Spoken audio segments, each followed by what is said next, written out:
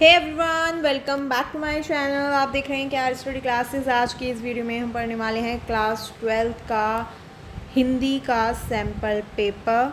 चलिए शुरू करते हैं। यहाँ पर मैं आपको बता देती हूँ कि खंड का और खा जो है हमने क्लास 12 हिंदी कोर का कंप्लीट कर लिया है। आज हम खंड गा करेंगे जो कि हमारा रहने वाला है पाठ्य पुस्तक आरोह तथा वितान पर आधारित प्रश्न। यहाँ पर हमें कुछ प्रश्न दिए गए हैं। यहाँ पर हमारा जो फर्स्ट क्वेश्चन रहने वाला है इसका वो है क्वेश्चन नंबर 6, जहाँ पर हमें जो आपका पूरा 40 नंबर का रहने वाला है। और यहाँ पर जो फर्स्ट क्वेश्चन है हमारा वो है 6। यहाँ पर हमें एक काव्यांश दिया गया है, ठीक है, ये रहा। और इसमें हमें कुछ प्रश्न पूछे गए हैं, आपको उन प्रश्नों के आंसर करने हैं। यहाँ पर हमारा ये काव्यांश है और यहाँ पर हमारा जो इसका पहला क्वेश्चन है कवि के अनुसार कागज़ का पन्ना किसका प्रतीक है। बीज, शब्द, क्षण, खेत। अब यहाँ पर हम इसे पढ़ेंगे, वैसे ही आपकी बुक से ही है, तो जिसने अच्छे से चैप्टर पढ़ा होगा या जिसे चैप्टर आता होगा वो इसे कर सकता है बिना पढ़े भी। बाकी आपको पैसेज दिया गया है तो आप पढ़ लीजिए, ऐसी कोई दिक्कत वाली इसमें बात नहीं है, ठीक है। यहाँ पर हमें क्वेश्चन है हमारा, जो हमारा क्वेश्चन था वो ये था कि कवि के अनुसार कागज़ का पन्ना किसका प्रतीक है। तो छोटा मेरा खेत चौकोना, कागज़ का एक पन्ना, तो क्या है, यहीं पर हमारा आंसर जो है मिल जाता है। जो हमारा फर्स्ट आंसर है, फर्स्ट क्वेश्चन का जो हमारा आंसर रहने वाला है वो ये है कि यहाँ पर लेखक कवि जो हैं वो कहते हैं कि छोटा एक खेत है मेरा, चौकोना है, जो कि चौकोना यानी कि 4 कोने होते हैं जिसके, ठीक है। तो एक छोटा सा मेरा खेत है, यानी कि छोटा मेरा एक खेत है चौकोना, जो कि किसकी तरह है, कागज़ के एक पन्ने की तरह। तो यहाँ पर कागज़ का पन्ना किसे कहा गया है, खेत को। तो इसका जो हमारा सही आंसर है वो है 4, खेत।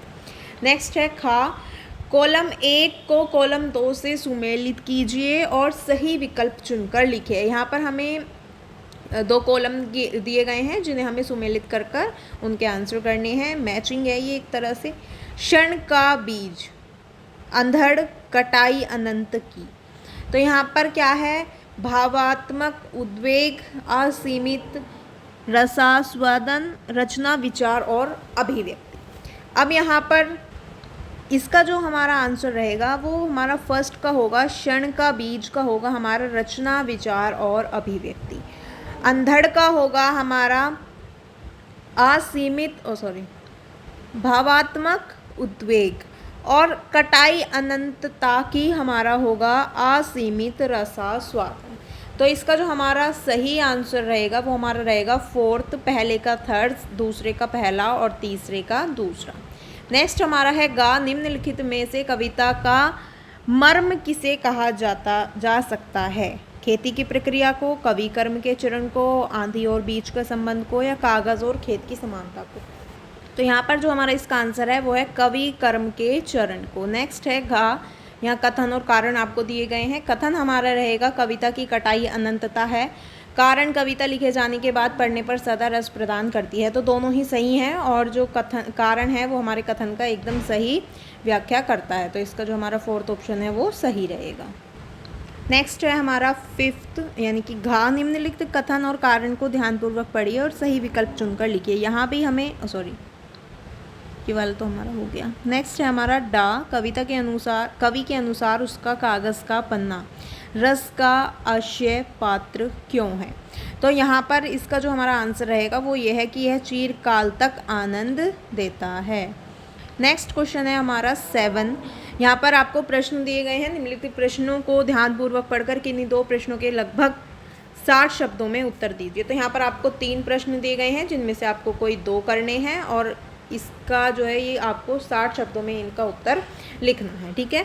कोई 2 करेंगे, एक आपका 3 नंबर का रहने वाला है। पहला हमारा क्वेश्चन है, आत्मपरिचय कविता में कवि एक और जग जीवन का भार लिए घूमने की बात करता है और दूसरी ओर मैं कभी ना जग का ध्यान किया करता हूँ। विपरीत से लगते इन कथनों पर आपका क्या मत है। तो यहाँ पर आप क्वेश्चन जब इस देखेंगे तो यहाँ पर 2 चीज़ें कवि कह रहे हैं कि एक तो वो जग जीवन का भार लिए फिरते हैं, ठीक है, और दूसरा वो ये कहते हैं कि वो कभी भी जग का ध्यान करते ही नहीं है। तो ये दोनों जो हैं एक दूसरे के अपोजिट विपरीत हमें लगती हैं। इसका जो हमारा क्या आंसर रहेगा, आपका अपना मत बताना है, ठीक है, अपनी अनुसार आपको इसका आंसर लिखना है। तो यहाँ आंसर रहेगा कि आत्म परिचय कविता में कवि एक और जगजीवन का भार उठाने की बात करता है, वहीं दूसरी ओर वो स्वयं को उससे अलग बताता है। यह विरोधाभास वास्तव में कवि के द्वंद्व को दर्शाता है, समाज से जुड़ा भी है और अलग भी है। कवि मानवीय पीड़ा को समझते हैं पर उससे पूरी तरह एक रूप नहीं होते, यानी कि वो एक तरफ जग को लेकर चल भी रहे हैं और एक तरफ उन्हें जग से कोई मतलब या उसकी कोई परवाह भी नहीं है। यह अंतर्द्वंद एक संवेदनशील कलाकार की पहचान है जो जीवन के यथार्थ को देखते हैं और आत्मा से उससे मुक्त रहना चाहते हैं। यानी कि वो जीवन के यथार्थ को तो देखते हैं, ठीक है, लेकिन उससे एक तरह से मुक्त भी रहना चाहते हैं। नेक्स्ट हमारा यहाँ पर क्वेश्चन रहने वाला है, सावन और भादों के महीने बीत जाने के बाद प्रकृति में जो परिवर्तन कवि ने पतंग कविता में बताए हैं उनका वर्णन अपने शब्दों में करें। तो यहाँ पर पतंग कविता के आधार पर आपको बताना है जो भी सावन और भादों के बीतने के बाद प्रकृति में बदलाव आते हैं उनका सुंदर वर्णन यहाँ पर कवि ने किया है। वर्षा ऋतु को हरियाली जो है वो कम हो जाती है, पेड़ों के पत्ते झड़ने लगते हैं, आकाश साफ होकर नीला दिखने लगता है, हवाओं में ठंडक आ जाती है, वातावरण शांत हो जाता है। परिवर्तनों के बीच पतंग उड़ती है जो एक नई उमंग और स्वतंत्रता का प्रतीक बन जाती है, एक नई उमंग और स्वतंत्रता का प्रतीक बन जाती है और प्रकृति जैसे ठहरकर कुछ कहती है। नेक्स्ट हमारा क्वेश्चन है, कविता के बहाने पाठ में कवि के अनुसार बिना मुरझाए महकाने के माने क्या होते हैं। यानी कि जो कविता के बहाने ये जो हमारा पाठ है उसमें कवि के अनुसार बिना मुरझाए महकने के माने क्या होते हैं, ये आपको बताना है।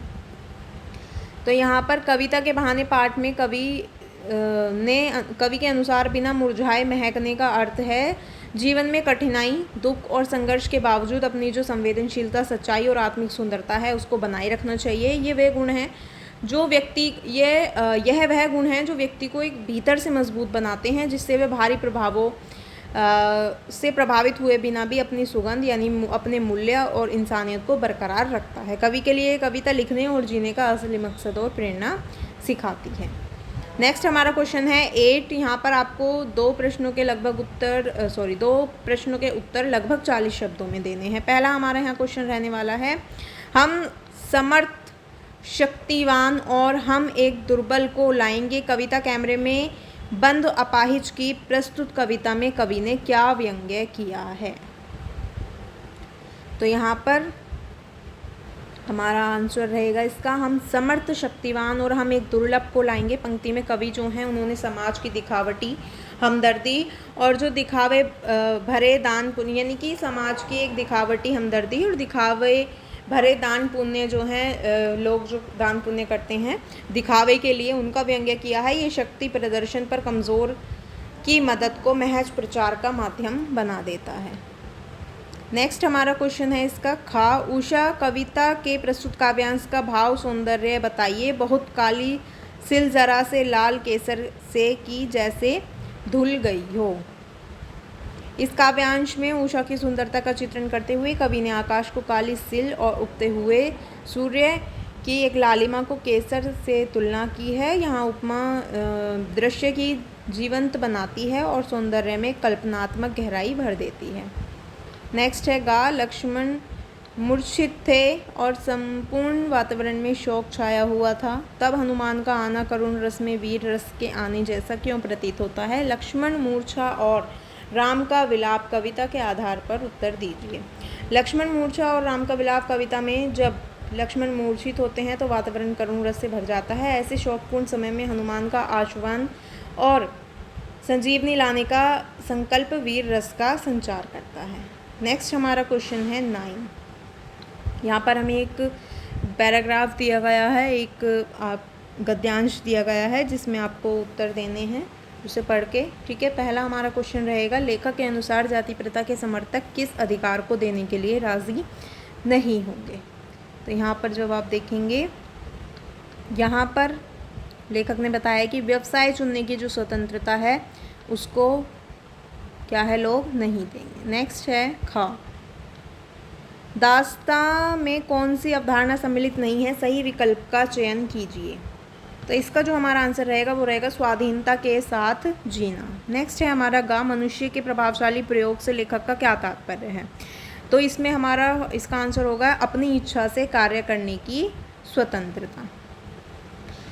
नेक्स्ट है घा, जीवन, शारीरिक सुरक्षा तथा संपत्ति के आधार की स्वतंत्रता पर किसी को कोई आपत्ति क्यों नहीं है, क्योंकि इन अधिकारों को देने के बाद भी दासता की जो प्रक्रिया है वो बनी रहती है। नेक्स्ट है डा, जाति प्रथा के पोषक से लेखक का क्या आशय है।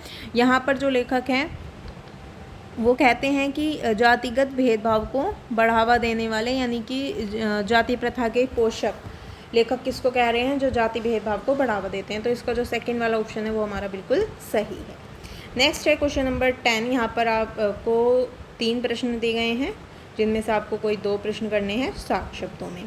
पहला हमारा प्रश्न है, जाति प्रथा को श्रम विभाजन का आधार क्यों नहीं माना जा सकता। पाठ से उदाहरण देकर समझाइए। जाति प्रथा को श्रम विभाजन का आधार नहीं माना जा सकता क्योंकि यह जन्म पर आधारित होती है, ठीक है, जबकि श्रम विभाजन योग्यता और रुचि पर निर्भर होना चाहिए। पाठ में उदाहरण है कि अगर कोई शूद्र वेद पढ़े और ब्राह्मण मांस खाए तब भी उनकी जाति नहीं बदलती। इससे स्पष्ट है कि जाति जन्म से तय होती है, ना कि कर्म से, ठीक है। नेक्स्ट हमारा यहाँ पर क्वेश्चन रहने वाला है खा, आशय स्पष्ट कीजिए। बाजार किसी का लिंग, जाति, धर्म या क्षेत्र नहीं देखता, वह देखता है सिर्फ उसकी क्रय शक्ति को। इस तरह वह एक प्रकार से सामाजिक समता की भी रचना कर रहा है।